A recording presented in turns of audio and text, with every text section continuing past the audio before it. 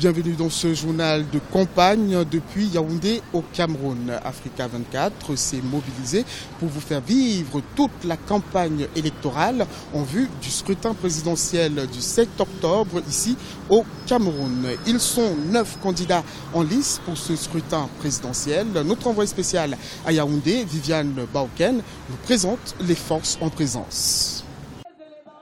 Deux principaux camps s'affrontent depuis le lancement de cette campagne présidentielle au Cameroun. D'un côté, les seniors, ou du moins ceux qui sont rompus à la tâche depuis plusieurs septennats, parmi lesquels le président de l'Union démocratique du Cameroun, UDC, Adamou Damdjoya, qui cumule déjà 4 échecs à la présidentielle. Le président de l'Alliance pour la démocratie et le développement, ADD, Gaga Manadi, pour sa part, cumule 3 échecs et croit, dur comme fer, que cette année sera la bonne au regard de ses atouts. La maîtrise du Cameroun, la maîtrise de rouage de l'État, la compétence et l'expérience, je crois que cela me pousse. Et puis surtout, le patriotisme. Le Cameroun est en train de s'enfoncer, je sors de la Damawa. Et la prochaine explosion, après le nord-ouest et le sud-ouest, ça sera le Grand Nord. En face, c'est le camp des novices, mais qui pourrait inquiéter la machine du Rassemblement démocratique du peuple camerounais à cette élection. Le camp des novices présente des hommes d'envergure tels que Maurice Kamto du Mouvement pour la Renaissance du Cameroun, MRC, Akérémona du Front populaire pour le développement, FPD, Joshua Oshi du Social Democratic Front, Cabral bien investi par le parti Univers, sans oublier Serge Espoir, Matomba et Ndifor Afanu Franklin, qui n'ont pas une forte représentativité. Tous les pères fondateurs, ceux que nous considérons comme des nationalistes, étaient très jeunes lorsqu'ils entraient dans la vie politique pour la défense des intérêts de nos nations, du Cameroun et de la vie des Camerounais. Ils étaient plus jeunes que nous. On a complètement transformé la scène politique en une scène des vieux. La course aux électeurs étant lancée, il est désormais question pour les 9 challengers de convaincre le maximum de Camerounais. Au soir du 7 octobre 2018, seul un des 9 sera élu le prochain président du Cameroun.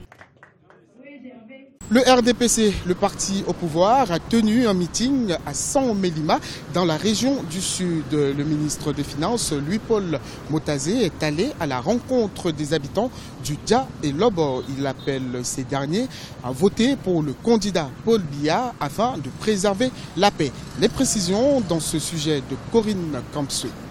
Dans le cadre de la campagne électorale qui a débuté le 22 septembre, la ville de San-Mélima, dans le sud Cameroun, a accueilli élite et population pour un meeting du RDPC, le Rassemblement démocratique du peuple camerounais, le parti du candidat sortant Paul Biya. Pour conduire cette mobilisation, le ministre des Finances, Louis-Paul Motazé, qui, à l'occasion, a rappelé aux populations la nécessité de faire le choix de la paix. C'est un président pétri d'expérience. C'est un homme de paix. C'est un homme de dialogue. Et en cette période tourmentée, nous avons surtout besoin d'un homme de paix.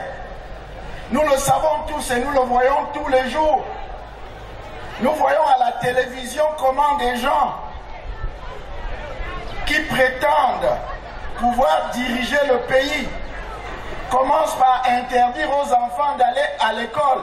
La persistance de la crise dans les régions du nord-ouest et du sud-ouest et le terrorisme latent à l'extrême nord ont fait des questions sécuritaires un champ d'action prioritaire du prochain septennat. Le président Paul Biya est ainsi présenté comme le candidat capable de relever le défi de la stabilité, le candidat pour lequel il faut mobiliser un important électorat, notamment jeune. Mesdames et messieurs, je sais que le vote des jeunes est très souvent redouté. Mais je puis vous dire sans embâche que les jeunes du département de Dja et Lobo sont plus que jamais convaincus que l'unique choix est son Excellence M. Paul Biya. Ce meeting a donné le top départ pour la sensibilisation de proximité dans le département du Dja et Lobo. Le Parti des Flammes entend convaincre le plus grand nombre par une stratégie de porte-à-porte qui, au soir du 7 octobre, permettra peut-être au candidat Paul Biya d'obtenir un nouveau mandat. Maurice Kamto, le candidat du MRC à la présidentielle du 7 octobre prochain ici au Cameroun, a lancé sa campagne à Douala dans la région du littoral. Le tireur de pénalty, comme il se fait appeler, promet d'assurer l'alternance au sommet de l'État. Les précisions dans ce reportage du shérif Ousmane Mbamdounka. Maurice Kamto est allé à la rencontre de ses militants et sympathisants le samedi 22 octobre au collège Saint-Michel, situé dans le 3e arrondissement de Douala. Le candidat du mouvement pour la renaissance du Cameroun a saisi cette occasion pour expliciter ses 5 chantiers pour la modernisation du Cameroun. Ceux qui dans le pays n'ont jamais vu une goutte d'eau potable. Je ne veux plus d'un Cameroun où les gens attendent l'eau de pluie, des flaques d'eau de pluie sur la route pour boire de l'eau. Je ne veux plus de ce Cameroun-là. Je ne veux plus d'un Cameroun où les gens sont plongés dans le noir. Je ne veux plus de ce Cameroun-là. Le chantier institutionnel et politique de Maurice Kamto concerne le règlement de la crise anglophone et la mise en place d'une politique du vivre ensemble apaisée. Le tireur de pénalty, comme l'appellent ses militants, envisage également de réformer la Constitution afin d'y introduire la limitation du mandat présidentiel. La première chose que nous proposons, c'est d'abord la refonte des institutions. Le président candidat Maurice Kamto dit, vous me votez, désormais les scrutins vont être à 2 tours. Désormais le bulletin sera unique, le bulletin de vote sera unique. Désormais la forme de l'État va complètement changer.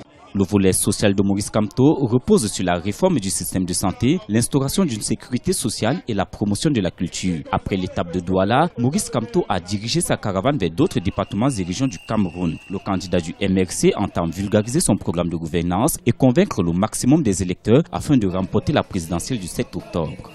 Cabral Libi est allé à la rencontre des populations de Douala dans la région du littoral. Le candidat du parti Univers compte sur les jeunes pour accéder au pouvoir. Les détails dans ce sujet de notre envoyé spécial à Douala, shérif Ousmane Mbamdounka. Cabral Libi, le plus jeune des candidats à cette présidentielle 2018, a tenu son 2e meeting de campagne dimanche 23 septembre au stade de la cité Sikam à Douala. Devant une foule immense venue l'écouter, le candidat du parti Univers, Union nationale pour l'intégration vers la solidarité, a présenté son projet de société axé autour du slogan « Un Cameroun qui protège et qui libère les énergies ». Par l'agro-industrie, par le numérique, par le tourisme, nous sortons ce pays de la pauvreté. Mes chers frères et sœurs, le rêve est à nouveau permis. Ne vous laissez pas voler votre rêve. On va vous dire que je suis jeune et puis quoi? L'initiateur du mouvement 11 millions de citoyens a également promis améliorer les conditions de vie des populations. Il envisage par exemple promulguer une loi instituant l'assurance maladie obligatoire pour tous les citoyens et porter à 400 milliards le budget alloué à la santé. La lutte contre le chômage des jeunes constitue aussi l'une de ses priorités. Les Camerounais veulent travailler. Cette jeunesse veut bâtir ce pays. Et nous avons besoin des leaders comme Cabral, des gars qui vont nous montrer le chemin à suivre pour travailler. Nous voulons un pays de travail, un pays de justice, un pays où chacun sera à mesure de se soigner. Oui, nous supportons Cabral parce qu'il est calme de la jeunesse. Cabral est l'avenir du Cameroun. Oui. Cabral est ce Cameroun que nous avons tant rêvé. Sur le plan institutionnel, Cabral Libi envisage établir un parlement monocaméral en supprimant le Sénat. Il entend également instaurer une élection à 2 tours avec un bulletin unique et ramener le mandat du président à 5 ans, renouvelable une fois. Des visions qu'il ambitionne réaliser s'il est élu au soir du 7 octobre 2018.